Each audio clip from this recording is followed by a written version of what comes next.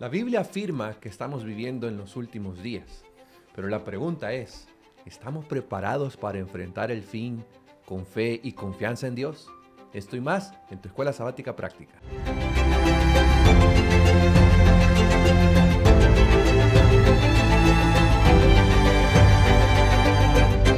Bienvenidos a tu Escuela Sabática Práctica. Es un gusto compartir con ustedes. Damos gracias a Dios también porque hemos llegado a la lección número 10. Esta lección es titulada "Sobre quiénes ha llegado el fin". Encontramos también el texto que debemos de aprendernos en 1 Corintios 10:11 y dice: "Y estas cosas les acontecieron como ejemplo y están escritas para amonestarnos a nosotros, a quienes han alcanzado los fines de los siglos". Muy bien, pastores. Un gusto saludarlos. Saludos, Isaac. Un gusto estar con ustedes una vez más. Placer, Un pastor. placer. Y queremos recordarte, mi querido amigo y amiga que nos estás viendo, que si tienes un comentario, puedes compartirlo con nosotros en la plataforma de YouTube. Y también si quieres aprender más sobre un tema bíblico, también puedes escribirnos, que con mucho gusto nosotros te haremos llegar un estudio bíblico para que puedas seguir creciendo en gracia, seguir creciendo en fe con nuestro Dios. Pastor Báez, ¿nos dirige en oración? Por supuesto, vamos a orar. Bendito Padre Celestial, a ti damos la gloria y la alabanza porque tú eres nuestro Dios, nuestro Salvador. Muchísimas gracias porque tu palabra nos guía a toda verdad. Y queremos en esta ocasión suplicarte que tu Espíritu Santo que inspiró tu palabra pueda una vez más iluminarnos mientras la estudiamos. Gracias porque tú eres un Dios fiel y amoroso. En el nombre de Jesús oramos. Amén. Amén. Amén. Amén. Muy bien, amigos. La humanidad, de alguna u otra manera, está con conocimiento acerca de que hay un juicio. De alguna u otra forma, la idea del juicio no es ajena para nosotros. Desde Noé hasta el Apocalipsis, nosotros encontramos advertencias que han sido muy claras, advertencias de parte de Dios. Y sin embargo, la respuesta es la misma. La respuesta del hombre ante el llamado de Dios, ante las advertencias de Dios, han sido las mismas: incredulidad e indiferencia. Por ejemplo, en Apocalipsis capítulo 6, versos 12 al 17, nosotros encontramos a un grupo de personas que está enfrentando el juicio final. Y este grupo de personas tiene una reacción bastante interesante. Ante la presencia del Cordero, como dicen, la ira del Cordero, estas personas no muestran arrepentimiento, sino que lo que muestran ahí es miedo. Porque le dicen a las montañas que caigan sobre nosotros y escóndannos del que viene, de la ira del Cordero, del rostro de aquel que viene. Entonces, mis queridos pastores, la idea del juicio. ¿Cómo deberíamos nosotros reaccionar ante el juicio de Dios? ¿Qué podemos aprender de la respuesta de las personas a lo largo de la Biblia ante el juicio de Dios? El tema del juicio, para algunos, ¿verdad?, no es tan alentador, porque vivimos en una cultura, si a ti te dicen, mira, tú tienes que ir a corte, ya esa expresión cambia las emociones en ti y te hace sentir un poco incómodo. Y es, por supuesto, por la connotación que nosotros tenemos. Yo debo señalar esto así: es real que la palabra de Dios presenta que para aquellos que no confían en Dios, el juicio es negativo. Sin embargo, para aquellos que ponemos nuestra confianza en Dios, el juicio es positivo. Amén. Y yo quiero llamar la atención de nuestros amigos en esta ocasión. Nosotros podemos señalar la historia de Noé para ilustrar un juicio universal, si queremos usar este término.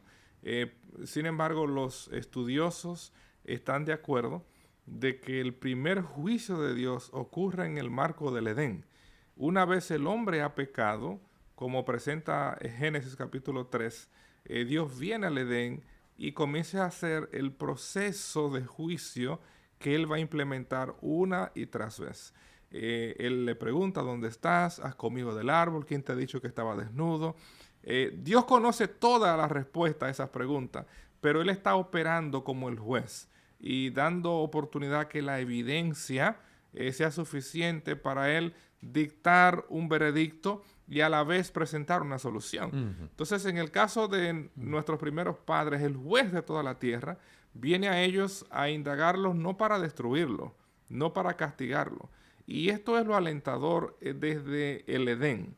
Amén. La última palabra, cuando leemos ese primer juicio de Dios, es una promesa del Evangelio. Es decir, la última palabra de esa escena no es el juicio per se, sino la salvación que Dios está proveyendo a través del descendiente de la mujer, el Mesías que vendría. De manera similar nos podemos mover a Génesis capítulo 4 y de nuevo hay un crimen, un hermano le quita la vida a su propio hermano y Dios aparece en escena de nuevo. ¿Dónde está tu hermano? ¿Qué le has hecho? Su sangre clama de la tierra. Y aún aquel que comete el primer crimen le dice a Dios que la carga sería muy grande la que se le está imponiendo y Dios pone una marca, provee una vía de escape para que Caín no termine experimentando lo mismo que él le hizo a su propio hermano. En otras palabras, el juez está dando una ventana, está dando una oportunidad. Y nos podemos mover juicio tras juicio.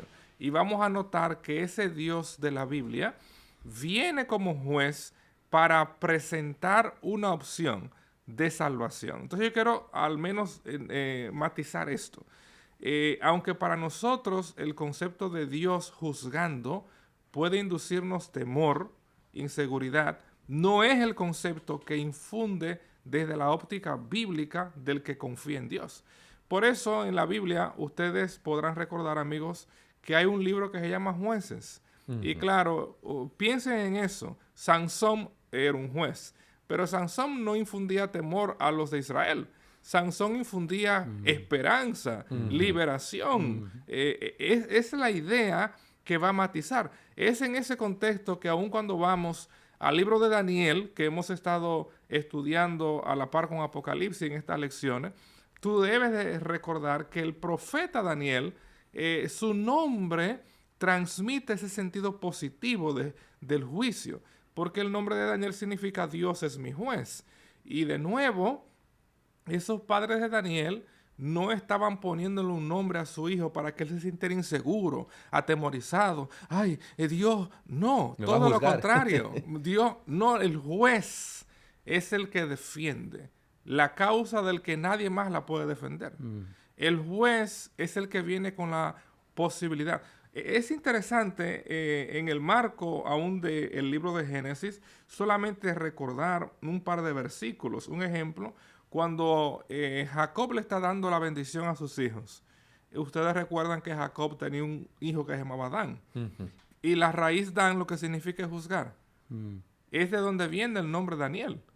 Entonces, el texto, por ejemplo, en Génesis 49:16, cuando el patriarca está dando la bendición, él dice, Dan juzgará a su pueblo. Claro, esa expresión Dan juzgará a su pueblo no es que lo va a castigar, sino que lo va a defender, que lo va a vindicar, que lo va a ayudar, que lo va a auxiliar. Porque el concepto de Dios como juez es el que defiende, es el que salva, es el que vindica, es el que libera. Si confiamos en Dios, si nuestras vidas están en las manos de Dios, el juicio son buenas noticias. Amén. Porque Dios siempre viene con la intención de perdonar. Dios no es como el policía de tráfico que está ahí escondidito esperando que tú te pases de la velocidad. Aquí está tu ticket. No. Dios viene con una opción de salvación. Dios viene con una opción de darte la oportunidad a que tú reconozcas tus pecados, que te arrepientas, que se los entregue al Señor Jesús y que entonces tú recibas el perdón, una segunda oportunidad. De eso se trata la obra judicial de Dios en primera instancia. Y claro, otra de las historias que vamos a seguir comentando nos ayudarán a comprenderla mejor. Amén. Y es interesante, pastor, lo que está mencionando Pastor Báez, porque esa noción de Dios como un policía cósmico o como ese abuelito enojado que te va a castigar por todo lo que haces, es muy común en el pensamiento de muchos cristianos. Y bueno, hablando del juicio y saber de que el juez está a nuestro favor, si confiamos en él. Sin embargo, no sabemos el día que se presente el juicio final, es incierto, no sabemos. Sabemos que está cerca. Pastor Villalobos, ¿qué nos puede decir al respecto de eso? Ah, mientras escuchaba al pastor Báez, me ponía a pensar en la incertidumbre sobre el día y la hora del juicio. Por cierto, este es un tema recurrente en las Sagradas Escrituras, o sea, se menciona una y se menciona otra vez y otra vez, dándonos a entender la importancia para nosotros como cristianos, como hijos de Dios verdaderos, de tener una constante preparación espiritual. Prepararnos. Una experiencia que viví hace algunos años atrás me puso a recapacitar, por lo menos a mí, en mi experiencia personal. Nunca me voy a olvidar de este amigo que tenía, yo le decía Brother Lee, un americano bajito, él, muy lindo, muy linda persona, nos hicimos muy buenos amigos. Ese día nos encontramos y empezamos a conversar, era una mañana, así que nos saludamos, hablamos sobre diferentes cositas, quizás unos 5 minutos.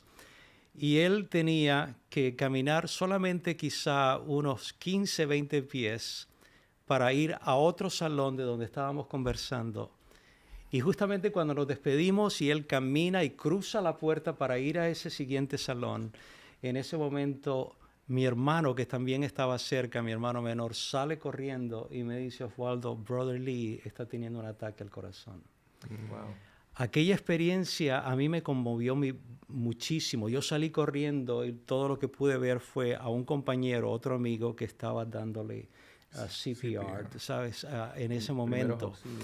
Y aquello me puso a pensar en la realidad de nuestra vida. Hoy estamos, mañana, en 5 minutos, no lo sabemos. Y ahora, obviamente, no quiero ser alarmista con esto, no creo en eso. Pero sí quiero ser realista con esto de nacimos en un mundo de pecado y eventualmente tendremos que experimentar la muerte, el descanso. Pero Dios es un Dios de oportunidades y Él, cuando nos habla de esta realidad, lo que Él quiere es que nosotros vivamos una vida de fe activa, que experimentemos arrepentimiento sincero, obediencia a todos sus mandatos, los mandamientos de Dios. Es importante, entendiendo que los días en que nosotros vivimos nos deben de invitar a una preparación continua, a la cultivación de una relación íntima con nuestro Dios. Y me parece que esto es importante, que todos nosotros lo entendamos. Estar preparados. Estar preparados. Yeah. Muy bien. Un pequeño comentario que quería hacerles, pastores. Siempre la idea del juicio, de donde yo soy, El Salvador. Recuerdo que una vez tembló fuerte y los vecinos de alguna manera tenían la costumbre de sus dispositivos de sonido, darles la música a todo volumen. Y recuerdo que esa mañana estaban escuchando música que no era cristiana.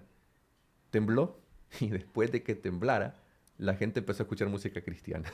O sea, lo mismo que oían otra música, ahora están poniendo alabanzas.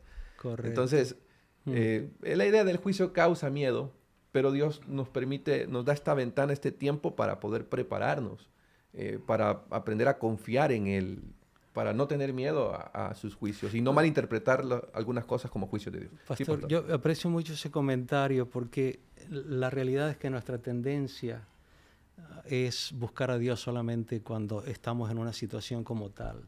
Vino en mi mente cuando tú mencionabas esto, justamente en nuestro colegio en Costa Rica, ahora universidad, en UNADECA, en un sábado de noche estábamos teniendo un social. Era costumbre todos los sábados. Tú sabes de eso, pastor, en nuestros colegios.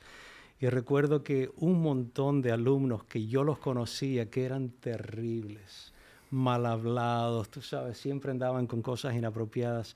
Ese día se viene un tremendo temblor esa noche, sábado de noche, un tremendo temblor. ¿De tierra? De tierra. Un temblor de tierra. Temblor de tierra. Okay. Y después de ese temblor, me tocó observar a todos esos muchachos que eran terribles, arrodillados en la cancha de fútbol del colegio, orando, justamente por el temor del momento. Pero ¿para qué vivir ese tipo de experiencia cuando podemos hacerlo desde ahora? El Señor nos da un día de oportunidad, one day at a time, era un día a la vez, para prepararnos. ¿Iba a decir algo, Pastor Báez? Sí, no, me refiero, Dios como juez nunca va a aplicar, esto es importante, un juicio punitivo sin antes haber aplicado su gracia. Amén. Amén. Y Correcto. precisamente la historia de Noé ilustra ese punto. Cuando nosotros pensamos en cómo Dios hace provisión, hay un texto que yo pienso que sería importante, rapidito leerlo, y es precisamente Génesis capítulo 6, donde está, ¿verdad?, mencionada la historia de Noé, donde Dios le dice a Noé: no contenderá mi espíritu con el hombre para siempre. Porque ciertamente él es carne, más serán sus días 120 años. Aunque ese pasaje para nosotros tal vez puede en ocasiones ser conflictivo, crear conflictos. Yo quiero al menos explicar una expresión que está en ese texto. Porque la expresión, la traducción que se hizo, contender, da la idea como de conflicto, de pelea. El Espíritu de Dios está peleando con nosotros. Y en cierta medida tiene sentido, pero en sí, lo que el texto original dice, no juzgará mi espíritu al hombre para siempre. Es decir, mediante esa raíz Dan, de donde viene Daniel, Dios está diciendo: mientras mi espíritu esté juzgándote para darte una oportunidad, para darte la gracia, la salvación, pero esa gracia, ese periodo de juicio de gracia, de evangelio, no será para siempre. Y Dios puso un límite. Y entonces luego que ese juicio de salvación, porque te dice que te arrepientas, que cambies tu vida, ese periodo de gracia pasa, entonces viene el juicio punitivo, el juicio de castigo.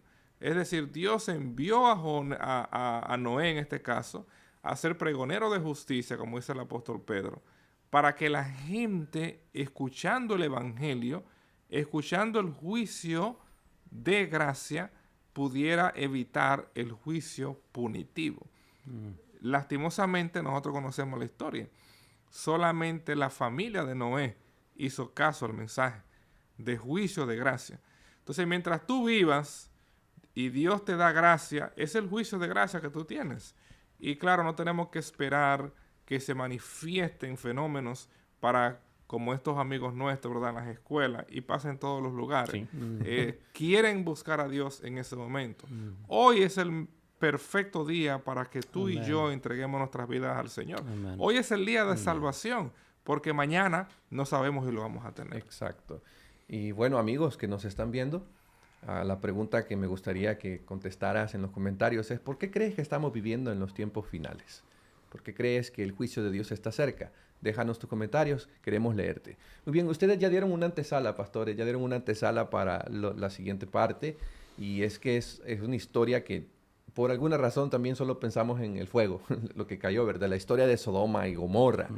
Pero se nos olvida detalles importantísimos previos antes de la ejecución de este juicio. Por ejemplo, la conversación que Abraham tiene con Dios, con Jehová Dios. Es una conversación bastante interesante porque Abraham, al hablar con el Señor, nos muestra que está intercediendo. Aunque la ciudad es perversa, pero Abraham intercede por lo menos por un justo. Entonces, a pesar de la corrupción extrema de estas ciudades, Dios no actúa de una manera impulsiva, sino que busca hasta la última posibilidad de salvación, que las personas puedan escuchar. Entonces, amigos, ¿qué nos enseña la historia de Sodoma y Gomorra sobre el carácter de nuestro Dios?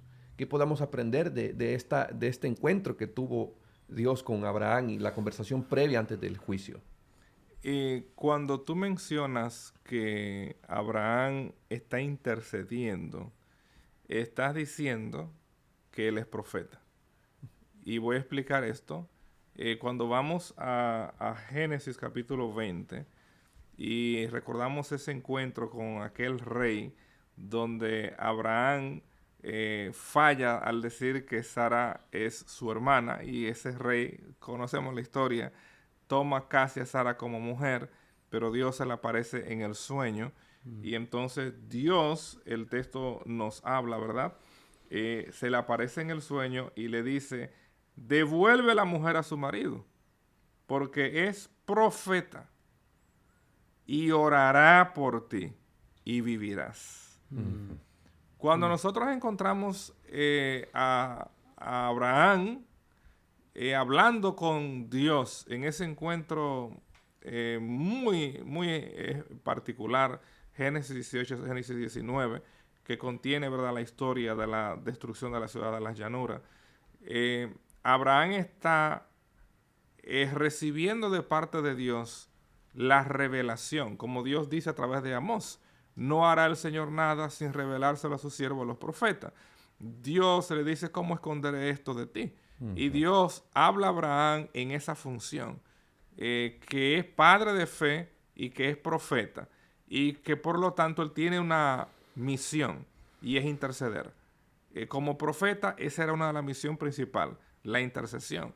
Entonces Dios comunica sus planes, y Abraham comienza a interceder. Y como tú señalaste, Abraham no está intercediendo por miembros de iglesia. Abraham no está intercediendo por los que van a las conferencias. Abraham está intercediendo por todos los que habitan esa ciudad malvada, vamos a ponerlo así. Así es. Y claro, a nosotros se nos pasa, pero donde nosotros vivimos hay una misión que cumplir con aquellos que no son miembros de iglesia y orar, interceder por ellos, así como Abraham lo hizo. Entonces, en ese marco, Abraham va a hacer la intercesión sostenida hasta llegar al número que él no podía seguir. Y claro, él comienza, pero si hay 50, 40, 20, y ya llega al 10. Y Dios le dice, si hay 10, no la voy a destruir. Entonces, quiero hacer un comentario aquí. Abraham estaba esperanzado que hubiera 10. Y aquí hay un mensaje dentro de la historia del juicio punitivo que Dios va a aplicar. Para Abraham era inconcebible que no hubiera 10. Y alguien puede decir, pero pastor, ¿por qué usted dice eso?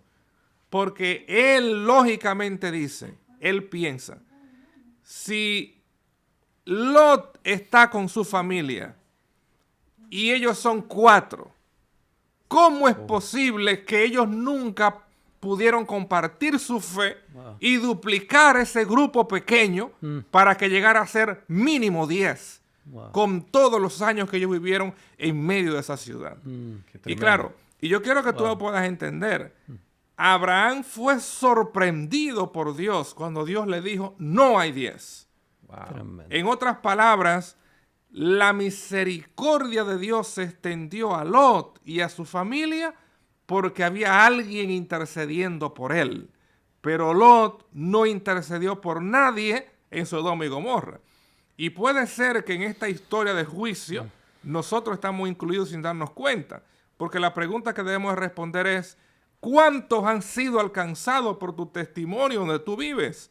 Ahí en ese lugar que tú tienes 15, 20 años trabajando. ¿Quién ha sido bendecido para conocer al Dios que tú has conocido? Abraham se quedó sorprendido porque las escrituras, el espíritu profecía nos dice que donde quiera que Abraham pasaba, un altar a Jehová se levantaba. Y desde los siervos y hasta la gente que luego pasaba por esos lugares que Abraham había pasado, sabían que Abraham, el que adoraba al Dios verdadero, había pasado por ahí. Es decir, Abraham tenía un plan de vida que él entendía que tenía que ser bendición a todos los que entraban en conexión con él. Lot tenía otro plan de vida. Tal vez acumular bienes, tal vez vivir la vida cómoda, tal vez retirarse temprano en la vida, pero se le había olvidado que los vecinos debían conocer al Dios que él conocía. Por eso cuando Dios le dijo, no hay 10, Abraham dijo, no sigo. Abraham dijo, oh Señor, no, yo sé que como juez justo no vas a destruir al impío con al justo. Y en ese momento Abraham entendió, tú eres el juez de toda la tierra, sabes lo que vas a hacer. Y de nosotros depende mucho, y muchas veces pasamos esto por alto.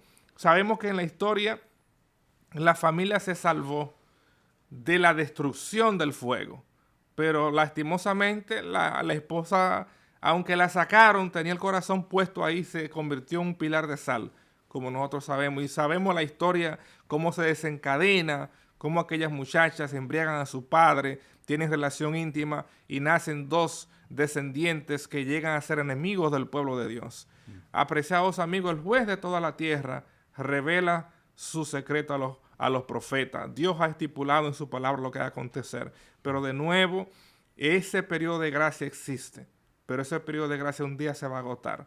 Todavía vivimos en el tiempo de gracia, donde nosotros tenemos la oportunidad de comunicar que hay esperanza en ese Dios que es juez de toda la tierra, pero que no va a destruir a nadie. Y nosotros debemos, como Abraham, interceder por nuestro vecindario, por nuestra familia, por nuestros amigos, para que ellos escapen el juicio punitivo de Dios y puedan venir al conocimiento del Dios verdadero. Amén. Amén.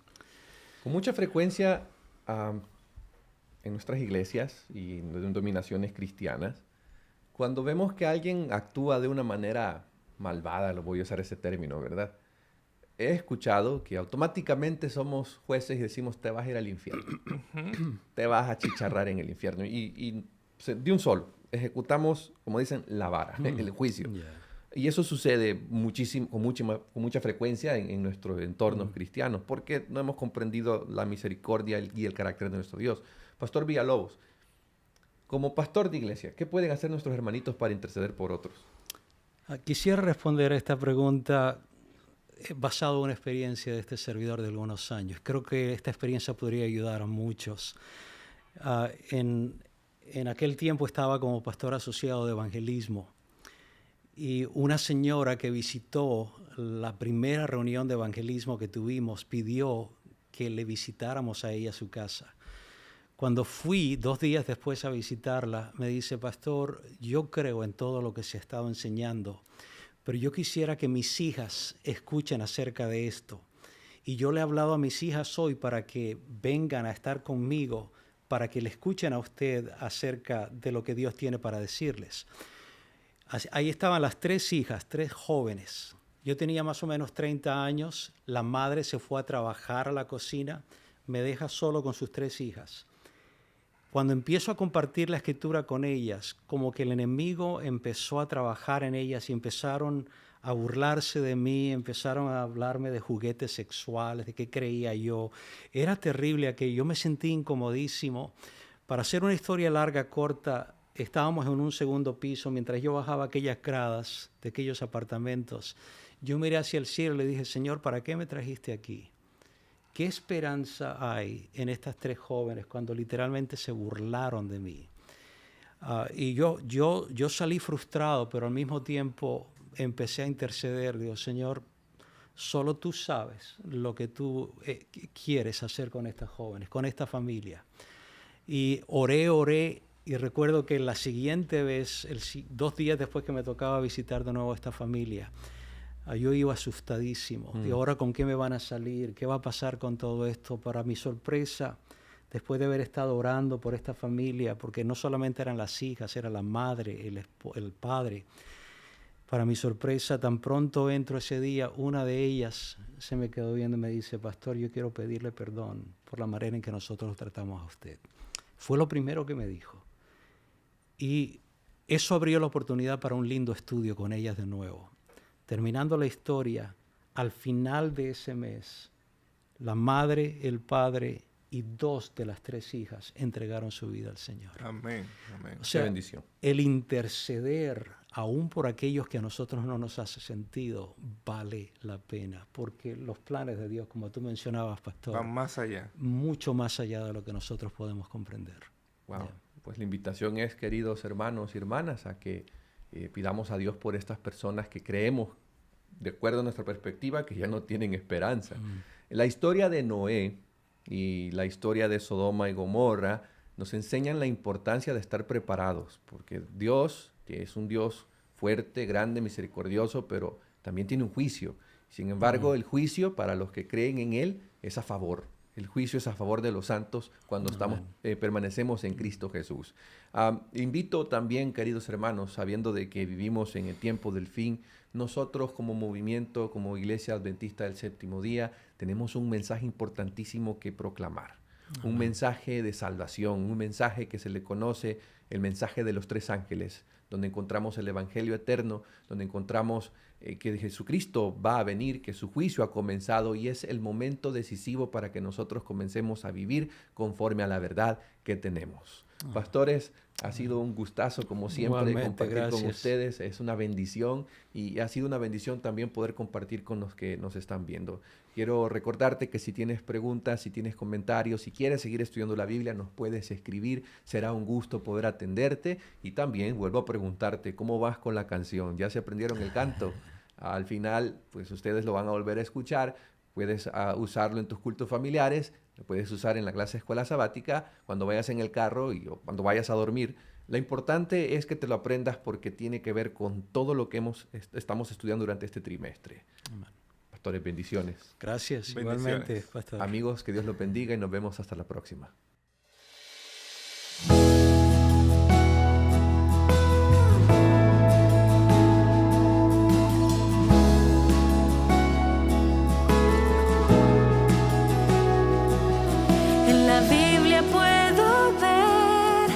Que pronto pasará, Jesús viene otra vez, nos viene a rescatar. Las profecías ya se cumplen, el fin se acerca ya, al mundo anunciaremos que pronto volverá.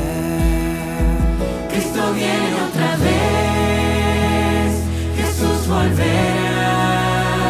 Las profecías se cumplen, digámoslo ya, que todo el mundo conozca el poder de su cruz.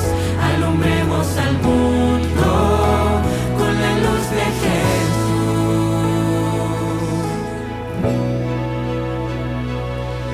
En la Biblia puedo ver lo que pronto pasará.